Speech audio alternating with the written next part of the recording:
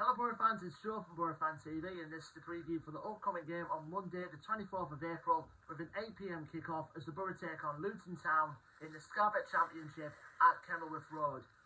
For Boro fans, we look for a response from the win against Norwich. Well, the 5-0 win against Norwich, and we had to work hard, for the win coming up after that, which was the 3-1 win against Hull at the Riverside last time out. And it's fair to say, first half, I admit, Hull were the better team.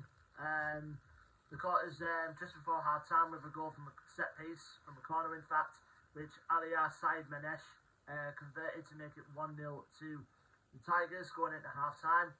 And in the second half, Michael Carrick made the changes by bringing on Isaiah Jones and Anthony Dyke-Steele.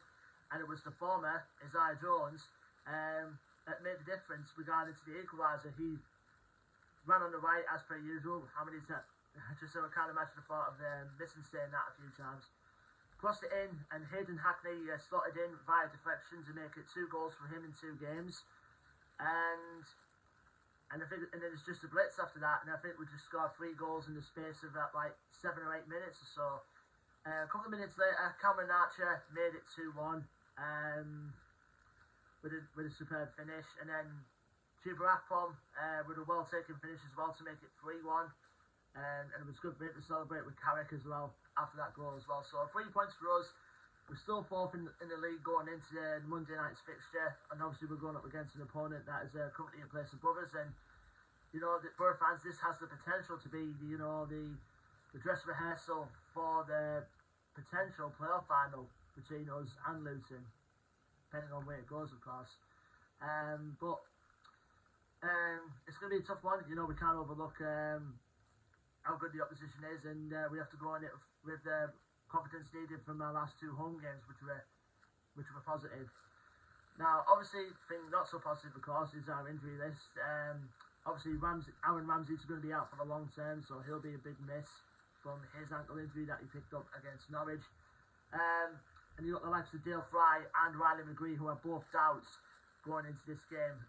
Obviously, still waiting on Fry's recovery from his knock and McGree's recovery from his knock. So it's just them out and rest and fully good to go. It's just I wouldn't say I wouldn't mind starting Isaiah Jones for the game coming up on tomorrow night, but at the end of the day, it's Michael Carrick's team to pick, and I have no answer for that at all.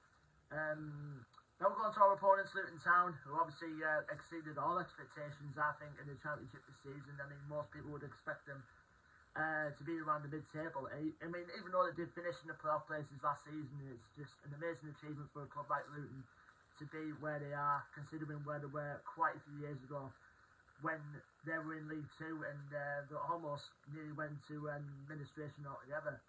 But it's good to see a club, bounce back from those sort of setbacks and on the rise. I think from a neutral point of view, it's great to see a club like that. Like I said, they're currently 3rd in the Championship. Their record going into this game is played 43, won 20, drawn 15 and lost 8. Last time out for them was a 1-1 draw in midweek away from home at Reading. So they'll be looking to bounce back from that result. But they're on a good unbeaten run at the minute, which they're carrying on altogether. And they're doing well under their new manager, of course, in Rob Edwards, who understandably had that terrible spell at Watford, but beforehand, he took Forest Green Rovers to League 1, and he's got a good coaching record, and he took that forward over to Luton. I mean, from the perspective of Luton, I mean, crossing over from your biggest rivals with Watford, having a disastrous spell with them, to having that tremendous spell now with Luton, I mean, it's good for them. Now on to players to watch out for. I think one sticks out of my mind straight away from the top of my head when it comes to Luton this season has been Carlton Morris. He's their current top scorer at the moment with 19 goals to his name so far this season, and he's definitely going to be the one to watch out for. But there's other players to watch out for, the likes of Alan Campbell, who's been playing in their number 10 role, which they have in their current system at the moment. Elijah Adebayo, who can cause a threat up front as well, alongside Corey Woodrow, who's been ever present this season for the Hatters. They like to play a wing-back system as well with the likes of Alfie Doughty and Cody Drama, who's on loan from Leeds. in those positions. Periwood Kimpanzu, who we tried to sign a couple of seasons ago, but unfortunately at the time he signed a new contract with Luton, but we could have got him on a free, and then he ended up signing a new contract with Luton, which is frustrating because I would have loved to have someone like Pennywood or Campanzu in this Boro setup, but obviously that was a couple of seasons ago, and we've got to forget about it now. And you've got the likes of Sonny Bradley, who we know throughout the last couple of seasons loves a goal against us, particularly that long range one in one of the games that we had over at Kenilworth Road a few seasons ago.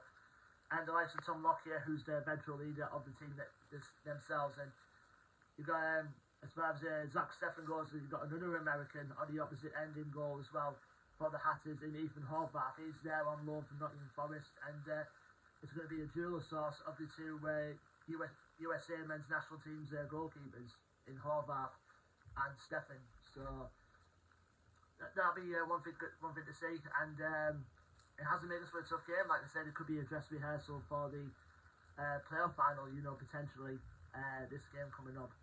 Now, our last time out against the Hatters was back at the Riverside back in December when Boro went out 2-1 winners. Luton took the lead early on through a Jordan Clark goal, and then we equalised about 20 minutes after that through Chuba Akpom, and then obviously Luton had a man sent off in Amari Bell, and in the 91st minute, Matt Crooks came up with the late winner. So, and obviously, our record over at Kenilworth Road has not been great for us at all. I mean, in the last 3 meetings, there have been 2 draws and 1 defeat for the Boro. So, if there was ever a time to break that duck, and considering, this is the biggest test we've got so far in our last 3 games we have this season in the league. We're going to take this chance, taking the 2 home wins that we have into account. We've got to carry that forward and hopefully, make a good use of this away trip, because you never know. This could be, we could have a reunion with them at Wembley at the end of May. But we've got to win. Like I said, we've got to win. Leave your thoughts and predictions in the comment section below, Boro fans. Don't forget to like, share and subscribe as always. Our social media links will also be in the description below as well. And until then, I've been Joe from Boro Fan TV, and I'll see you on the next match preview video, which will be for the game on Monday, the 1st of May, as Boro stay on the road as we head to the ACL New York Stadium to face Rotherham United. Until then, Boro fans, take care, stay safe, and up the Boro.